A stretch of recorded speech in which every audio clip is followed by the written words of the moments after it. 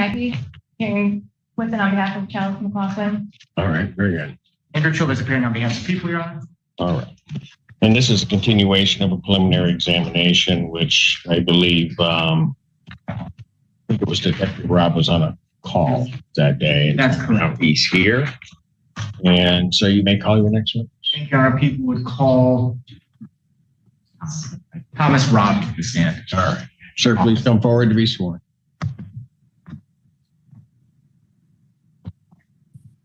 Take seat, raise your right hand. Do you solemnly swear to affirm the testimony you're about to give the truth, the whole truth, and nothing but the truth?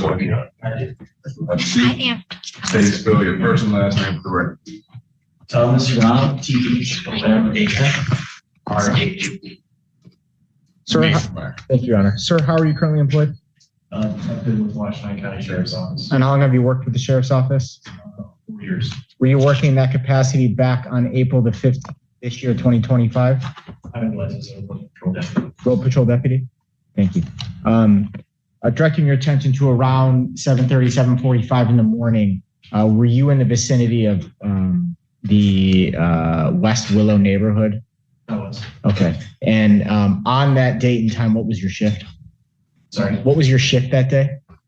I was working day shift. Okay. What time did you start? 8 a.m. 8 a.m. I Okay. believe the 7:30 time was when the call initially came in. Okay.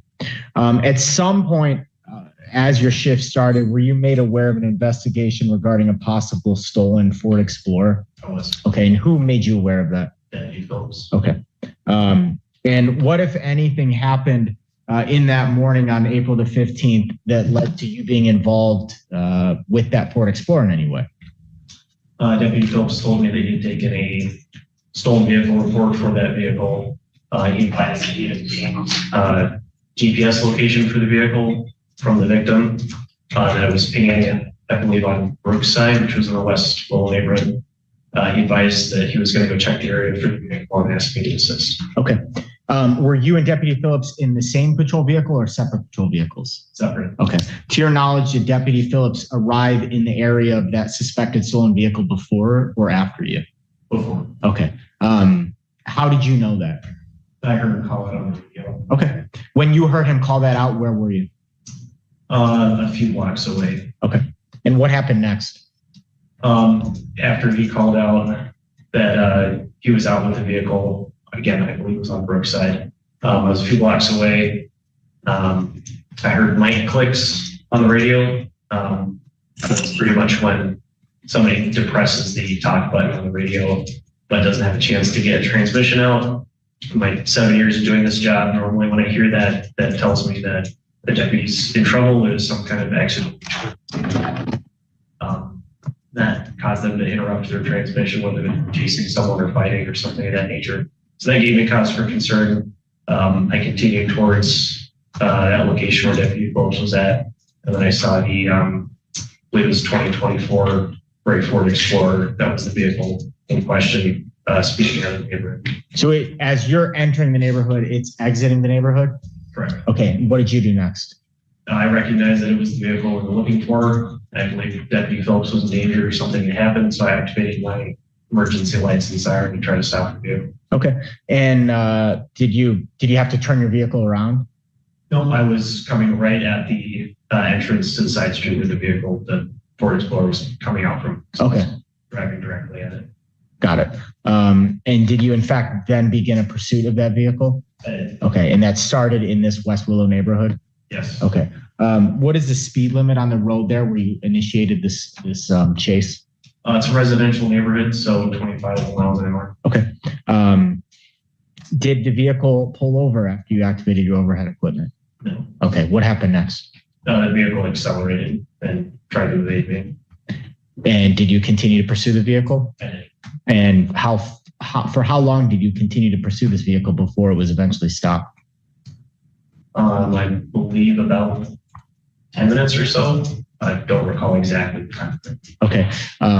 Where during that time, do you know, Detective Rob, what speeds did you get to? I believe maximum speed was about 130 miles an hour. 130? Yes. Okay. What sort of vehicle were you in? A Ford Explorer. Okay. It was a fully marked patrol car. Thank you. At what point did this chase terminate in any way? Van Buren police assisted us with the pursuit, and it was a Van Buren officer deployed stop sticks, which the stolen vehicle ran over, which caused, I don't know if it was one or multiple tires to deflate, and then the vehicle crashed into a berm at the entrance to a neighborhood. I believe it was at Amanda and Ecorse Roads. And that's in Van Buren Township? I believe so. Okay. From the time period that you started this pursuit in the West Willow neighborhood to the time that it ended in Van Buren Township, did you ever lose sight of this Ford Explorer? No. Okay.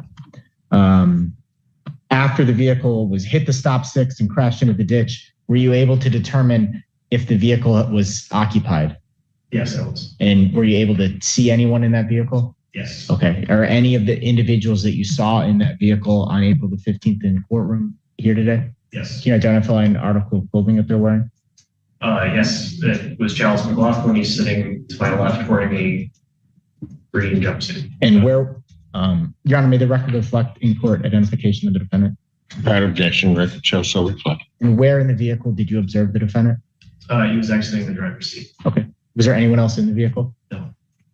And what did you do at that point when you made contact with the defendant in the driver's seat of this vehicle? He was exiting the driver's seat. I told him to show me his hands and get on the ground. He did. I placed him in handcuffs. Okay. Did he appear to be injured in any way? I believe he had some scrapes or bruising on his arms. Maybe, I think he might have had a small amount of blood on his lower lip, if I recall correctly. Okay. Is it, do you recall, did like the airbags deploy in this crash? I don't recall. Okay. I have no further questions, sir. Thank you. All right. Thank you. Cross-examination. Good afternoon, Deputy Rob. You were in pursuit of the vehicle in question, Yes. and you followed that vehicle for around 10 to 15 minutes. Around there. And during that time prior to the accident, you got no closer than 50 feet, did you? I got no closer than, To the vehicle than 50 feet, would you say? I don't know how close I got during the pursuit. I guess 50 feet might be accurate about closest I was, but I don't recall without reviewing the camera footage. And you testified on direct that during the course of the pursuit, you activated your sirens. Is that correct? Yes. And at some point you were driving on the highway? Yes. Was it a busy highway? I would say there was a medium amount of traffic. So that means that there were other cars on the highway during the pursuit. Yes. And you had to make several lane changes to navigate through that traffic, didn't you? Yes. And some of those cars pulled to the side. Is that correct? I'm sure some of them did. Well, usually people play not very good about pulling over. And it would be safe to say then that some cars did not pull to the side. Correct. And at one point you had to even drive on the shoulder of the freeway. Is that correct? Yes. You don't know why some of the people did not pull over to the side, do you? Well, without talking to them personally, no, I wouldn't know why. So you don't have any personal knowledge then as to whether or not the drivers of the vehicles could hear the sirens. I suppose so. Yeah, without talking to them. So then it would be fair to say that you didn't know why those vehicles did not pull over. I guess so. And you don't have any personal knowledge that Mr. McLaughlin could or could not hear the sirens, did you? I suppose not. Thank you, Your Honor. No further questions. All right. Can you redirect? No, Your Honor, thank you so much. Sir, thank you. Thank you. Your Honor, with Detective Rob's testimony, the people have no further witnesses, the people press. Any witnesses for the defense? None for the defense, Your Honor. Thank you. All right. Now, people would move to bind the defendant over as charged on the information before the court. I believe it is 5 counts. Yeah. Yes. 5 counts. Mr. Brown responds. Thank you, Your Honor. Your Honor, the court listened to the testimony previously from Deputy Phillips. It also heard the testimony from Deputy Rob. So the counts that we have that the prosecution is requesting for bind over are assault with intent to murder. That would be on Deputy Phillips. There's fleeing and eluding. That would be on Deputy Rob. There's receiving and concealing a motor vehicle, and unlawful driving away, and and a resisting and obstructing causing injury. And I think that last one goes to Deputy Phillips. So I know it's been a bit, so we probably should go over what the prior testimony was. The testimony from the Deputy Phillips was that on April 15th, he was on road patrol. He'd gotten a call that referenced a stolen vehicle at the Marriott. He responded, had contact with the owner. The vehicle described as stolen was a gray Ford that was stolen sometime during the night. I don't know if we ever really narrowed that down to exactly what time that vehicle would have been stolen. That was entered into lien. At some point, they got to the cul-de-sac in West Willow, where the GPS told them that the vehicle would be found. They first got there, they couldn't see the plate because the vehicle was facing them. I believe that when they pulled up, they were facing the vehicle. They were probably, 20 to 30 feet away from the vehicle. Again, it was facing them. And while they may not have been directly head on, they were in front of them with their headlights facing each other. The officer testified, Deputy Phillips, that he could see that there were at least two people in the vehicle at the time, that they pulled up. But then once they came to a stop, they said they were going to conduct a modified felony stop. Deputy Phillips said he unholstered his pistol. Two passengers then got out. And so two people got out of the vehicle. And they started walking away from patrol car as well as the vehicle that they were in. Said he couldn't see the driver at first. Later could see who the driver was at about 15 feet. Said he yelled to the driver to turn the car off. So I believe the car was still running at this time. This point, his weapon is drawn. He says that he stepped out away from his vehicle into a space. This is a cul-de-sac. And as the testimony was developed, there was a space between the front of his vehicle, where here's the passenger got out, and a space in the street from where a vehicle could pass through. He said he got out, couldn't recall whether or not he'd raised his hand, but he did get out and he got into that space.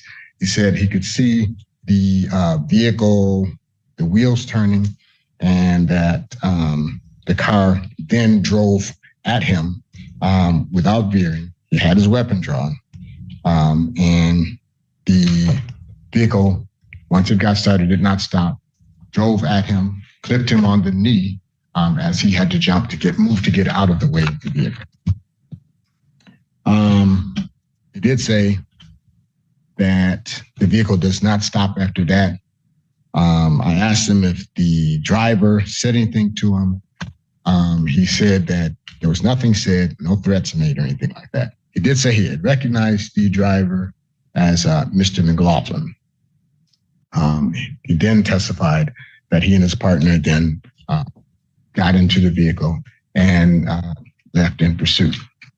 So what we have then is the vehicle stolen sometime at night. We do not know, or there was no testimony given as to who drove that vehicle away. We do know when the vehicle is seen again, there are 3 people in the vehicle. And I'm not clear as to how much time has passed. It's been a few hours. So we don't know if the person who took the vehicle, drove the vehicle away from the scene, is even in the vehicle when it's reached at West Willow, because there's been no testimony given for that.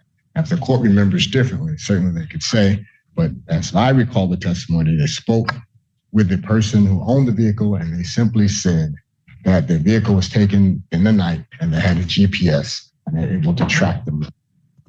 So at the time that the officers or deputies are looking for the vehicle, tracking the vehicle, they have no idea who has taken the vehicle, male or female, white or black, fat or skinny, tall or short. There is no description of the driver or the person who actually drove away with the vehicle. We just don't have that. But what we do have is 3 people who are associated with the vehicle. One person is in the driver's seat, and several hours that have passed since the vehicle was driven away from the spot. So let's go back to the first charge, which is assault with intent to murder. So based on Mr. Chalice McLaughlin driving at the officer who was in the space through which the vehicle must pass in order to leave the scene, based on him driving at the officer and hitting him, the prosecution is charged assault with intent to murder. Now, most of the time we see this is usually charged as felonious assault. In fact, every time I've ever seen this, it's been charged as felonious assault. And there is a reason that it's charged as felonious assault. First, in order to prove assault with intent to murder, prosecution must show evidence which would have supported murder had death occurred. And that's first degree. They have to show that it was a first degree murder because they have to, in this, back up. This is People versus Sis Medea. That's 167 Mich 210. They have to show that that murder, that had death occurred, it would have been properly charged with murder. So, second, let's go with People versus Todd, 186 Mich App 625, 1980. There must be an intent to kill in order for you to have, for murder. For you to have murder, there must be an intent to kill. And this is what the prosecution is no doubt going to argue. They're going to argue, you know what, even if he didn't say, I'm going to kill this guy, I plan to murder this guy. And you have to have that. You have to have plan and motivation to murder. They're going to say, well, he created a risk so high that, and he knew the consequence. He knew if he hit this guy, he could die, that's going to be sufficient. And I think would be the logical thing to argue, that the risk that he created with the knowledge of the probable consequence, that'd be sufficient. But the law would not support that. People versus Milton, 81 Mich App 515, 1978. There must be some time for premeditation and deliberation. So remember, the court may recall that it was 6 seconds from the time the officer got out of his vehicle and stood in that area in order to stop this vehicle from leaving. 6 seconds. Now, the law does not define how much time you need for planning and premeditation. It doesn't do that. But it is clear where there is no evidence of planning and motivation. And they have to show that. They have to show some planning, some motivation to kill this person. What you've seen is a motivation to flee the area, perhaps. But there is no evidence put before this court that when this vehicle was driven at that officer, that the plan or the motivation, the intention or the premeditation was to kill anyone. And they have to show that. It's not enough that they show, well, it's likely. But isn't that really a question of fact? No. As to whether or not good question. The evidence is sufficient. Good question. Because People versus Oster, 67 Mich App says, where there is no evidence of planning or motivation, bind over is erroneous. So no, it's not a question of fact. And it's a great question, but People versus Oster has already answered that for us. You've already said, have you not, that even though it's a 6 second time frame, that could be, or a fact finder could conclude that that is sufficient time for the premeditation. Right? Thank you. I've not said that. Well, I know you're not saying that, but you are saying that the case law does not indicate that de facto says that there is not enough time because the time frame is not spelled out. Right, the time frame is not spelled out. That doesn't automatically mean that it's an issue for the trier of fact, because they still have some duty, Your Honor, to show that there was some planning and motivation. That's what you're giving. What you would, if you were to bind over based on what you have here, you'd be taking away their duty You'd be relieving them of their duty to put that evidence in, and that's what they have at preliminary examination. They have a duty to show that there was some planning. You can't simply say, well, you know what? Since the law says that, there's no time frame, then hey, that's enough. They have to actively show that there was a plan, a premeditation to murder. It's not simply, well, you know what?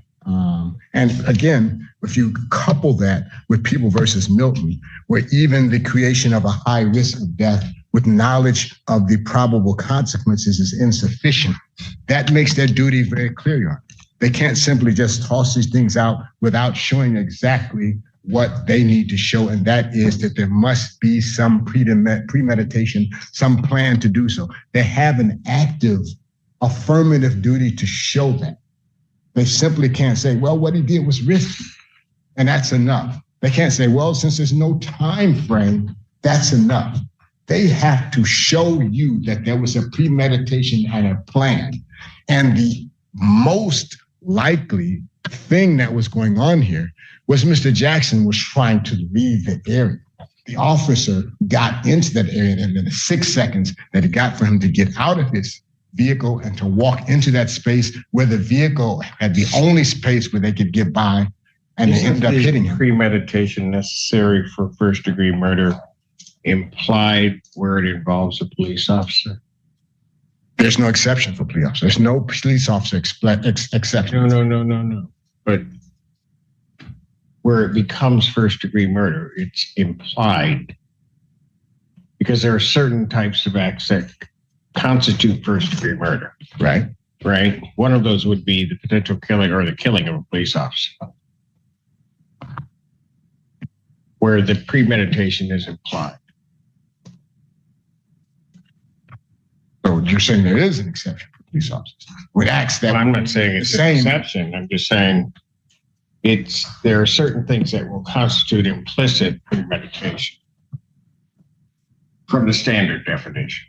So you're saying that there is a police officer, something that specifically. I don't know if you want to call it an exception. I'm saying that there's something unique as to police officers, such as it would be where a murder occurs during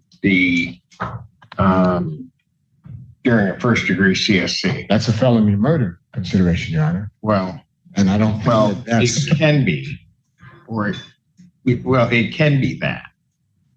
But even when you're talking about it being murder, what you're doing is you're implying the premeditation necessary. Because it's a police officer, so forth. So what you're saying, in some clear, I asked the question: isn't there an exception? I do not believe there is. I do not believe that the law changes, and that's equal protection. My client is entitled to equal protection under. I don't think it has any equal protection implication. It's just a question of whether or not, under the statute, that gives that there is an exception. Well, it is equal protection. An exception. It is equal protection in that my client is entitled to, and again, I don't believe that this exists. Certainly, we can research it if the court believes that actions. I just asked the question.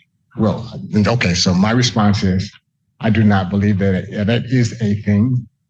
I do believe that that's a thinking and charging what in every other case is always charged as a felonious assault. I do believe that there's a thinking, and that's where the equal protection comes in. That's exactly where the equal protection comes in. I don't know. Because my client is. I don't know if that's equal protection. Well, I'll explain to you why I think so. Well, I don't need it. Okay. Because I don't think you've rejected it up front. Okay, fine. I rejected it outright. Okay, all right, fine. Well, Your Honor, then I have to say I reject the notion that police officers have some sort of protected status. Well, you can reject it. I asked the question. You're saying no. I'm saying I'll no. hear from the people when they get there. Okay, all right. So let's move past that. Let's go to the unlawful driving away. Now, as I recall the evidence coming out, and the court may remember differently, there was no identification of who drove that vehicle away. And for unlawful driving away, the person who drives the vehicle away, I hear that argument, but does it matter whether it was driven from the scene or from the hotel? Is it really going to matter? Yes, because one is receiving and concealing stolen goods and one is driving away. The thief has to drive the vehicle away. If they put no evidence before you, let me back it up. Sure, you can certainly say that recent possession of stolen goods leads to the inference that a person knows the property is stolen. It does not lead to the inference that the person stole the property. And they have to put evidence on that Mr. McLaughlin drove that vehicle. That's why it's called unlawful driving away, Your Honor. It's not unlawful possessing later on. It's unlawful driving away. You can't conflate receiving and concealing with unlawful driving away. They have a duty so what I'm saying is, whether or not he took possession at the hotel or whether or not he took possession at the cul-de-sac, because he was driving the vehicle, and there's testimony to that, yes. He took possession and he's driving it away. That would be at most unlawful. That would be receiving and concealing stolen property, Your Honor. Unlawful driving away means that he has to have taken the property knowing that the property was not his, that he was taking the property from the owner. You don't know that he was at the hotel. You can't, and I'm just saying it won't matter where you start, though. I'm not saying that there's an indication that he necessarily took from the hotel. If you concede that point, I'm saying the unlawful driving away can happen at the point of the cul-de-sac. Then how do you get receiving and concealing stolen property? How do you distinguish the two if you're going to say it's always a... I'm not here for reasonable doubt. I'm not here to answer your questions. So you can go ahead with your argument. All right, so let's make sure that we're clear on that. Unlawful driving away demands that the person take possession of the vehicle, in contradiction or in contrast to the owner. If he takes possession of the property from someone else who stole it, he's not an unlawful driver away of the vehicle. He may be someone who receives and conceals. The problem for the prosecution's case, Your Honor, is they have not established who took the property from the owner, or at least where the owner had the property last. And they have to do that. Just because you can say that he was in the vehicle later does not and cannot support a UDAA. At best, it can support a receiving and concealing of stolen property if you go with the thought that recent possession of stolen property, knowledge that the property itself is stolen. But it does not support a claim that the person, whoever is in possession of it, actually took that vehicle. And that's what UDAA demands. They have to have taken the vehicle from the possession or control of the owner, even though it's in the parking lot and the owner may be elsewhere. They have to have taken it there. If they drive it later, at best, that's a receiving and concealing. It's not a UDAA. That's not what the law says for UDAA. If you argue something differently, then always, if someone steals the car, hands me, and that's another thing too. There's not been any evidence put on that my client had the keys or didn't have the keys. But even getting past that part, getting past the notion that someone may have given him the keys elsewhere, I can concede that it's relatively recent possession, even though we don't have enough time, or we don't have a specific time period, how long the vehicle was taken or when my client would have come in possession of that vehicle. And that's important when he comes in possession. If someone else steals that vehicle and hands him the keys or hands him whatever, you cannot say that he drove that vehicle or that he unlawfully drove the vehicle away, because that has to come in against the owner's possession and control and not against someone or anyone else's possession and control. We don't know that any of the other two passengers didn't take that vehicle away, at least not from the evidence that's been presented here, that any of the other two passengers didn't take the vehicle and then give him possession later on. And that's important. So, with respect to the 2, 3, and 5 counts 2, 3, and 5, I believe that those are in fact issues for the trier effect. With respect to count 1, I don't believe that the prosecution has met its burden of proof.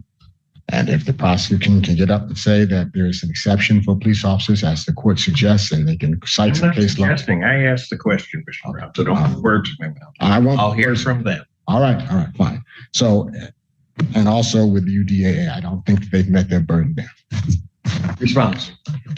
I'll start with the assault with intent to murder. So looking at the jury instruction 17 and Michigan pattern criminal jury instruction 17.3, assault with intent to murder requires the defendant tried to physically injure another person. Second, that when the defendant committed the assault, he had the ability to cause an injury or at least believe that he had that ability. And third, that the defendant intended to kill the person and the circumstances did not legally excuse or reduce the crime. Intended to kill the person, not intended to commit first-degree murder. That's a very different thing. And looking at People versus Erickson, a Michigan Court of Appeals published case 288 Mishap 192. This is from 2010. Specifically states this points to this jury instruction as the elements of assault with intent to commit murder. It is not assault with intent to commit first-degree murder. It's just assault with intent to commit murder. So I don't even need to address that issue, whether there's an exception premeditation. There's nothing in the jury instruction that requires that. Okay. And so then we're left with the question of is the defendant in driving a Ford Explorer at Deputy Phillips intending, can you infer from that behavior an intent to kill? And the argument before the court that the people would put forth is when you're piloting what is probably a 4,500 or 5,000 pound object, accelerating and pointing that vehicle at an individual, you absolutely, that those actions, there's a logical inference that can be argued that would create a question of fact that you're intending to kill that person. That's a mass, we're not talking about a motorcycle or a scooter or a golf cart or anything else. We're talking about a Ford Explorer. This is a large vehicle. The defendant looked, based on the testimony of Deputy Phillips, he was looking right at him. Deputy Phillips is attempting to get him stopped. He steers in the direction of Deputy Phillips, hits the gas, and hits him. Now, granted, Deputy Phillips was able to get out of the way, and it only struck his knee and kind of fell to the ground. But we have to consider the actions of the defendant. And I think to a probable cause standard, there is certainly a question of fact as to the defendant's intent. But unequivocally, if you take a Ford Explorer and you floor it and you aim it at someone, you can kill them. That is just common sense. Regarding the UDAA, again, relying on the jury instructions, unlawful driving away out of automobile requires first that the vehicle belonged to someone else. Second, that the defendant took possession of the vehicle and drove it away. And third, that these acts were both done without authority or without the owner's permission. Fourth, the defendant intended to take the vehicle without authority, knowing that he or she did not have the authority to take the vehicle and drive it away. As the court alluded to, that doesn't require that you must take the vehicle from the first place it was stolen. Now, I think that there's a logical argument and facts such that the location of the hotel versus the location of where this vehicle was found and the time frame that it happened at some point overnight, and this is 7:30, 8 o'clock in the morning. Again, there's a logical inference, circumstantial evidence to suggest that the defendant did in fact take that vehicle from the hotel parking lot. We're not talking about one state over or 200 miles away, something to that effect. But I believe that, again, there is sufficient evidence before this court to a probable cause standard that there is a question of fact regarding that count.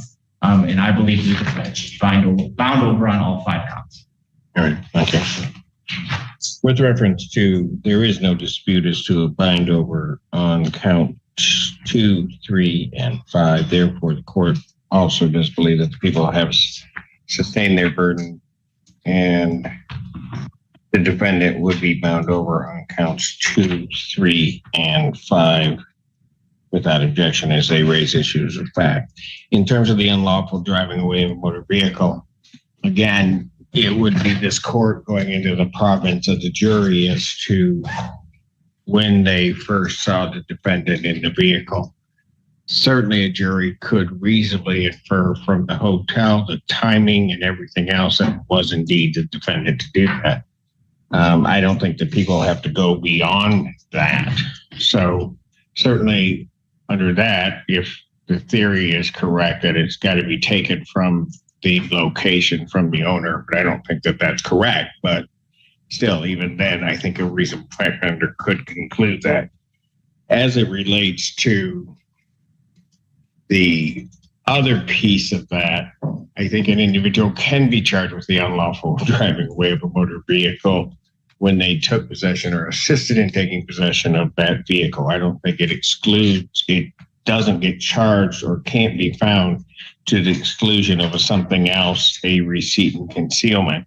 Certainly a reasonable fact finder could conclude that the defendant did, even at that location, take and or assist in the taking of that vehicle and its unlawful driving away. So that charge would be proper, and a fact finder could conclude that. So the court would bind the defendant over for those reasons on count 4. With reference to count 1, the assault with intent to murder, I also do not believe that it requires first-degree murder and some premeditation within that. It is really the intent to kill, as the instruction indicates. But even though I do believe that if it were to require that, I think that premeditation is implied within the actions of the defendant because of what was happening, and there's no equal protection argument regarding that. However, very clear in the testimony where a reasonable fact finder could conclude the intent was Deputy Phillips' testimony that as he's there, the wheels of that vehicle are pointed right at him as it's accelerating out. It's not a circumstance where they were trying to go around him, they were trying to do whatever. And certainly a reasonable fact finder could conclude that that was an attempt to strike and kill Deputy Phillips. And that, as it then relates to count 5, maybe by the grace of God, Deputy Phillips gets out of the way. His leg is hit and injured. But that would, even though he's able to do that, that doesn't necessarily negate the intent that the defendant, or what one could find as the intent to kill in this case. And the court believes that there is sufficient evidence as it regards that under either theory of the first-degree murder or under the notion of kill. I think there's sufficient evidence to go forth to a jury on that charge, and therefore the court would find that the people have sustained their burden and bind the defendant over on count 1. So to conclude, the defendant will be bound over to stand trial on all 5 counts.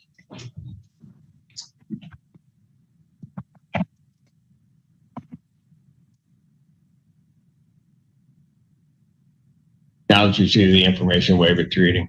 Yes, sir. I'll let you see the waive its reading for the record.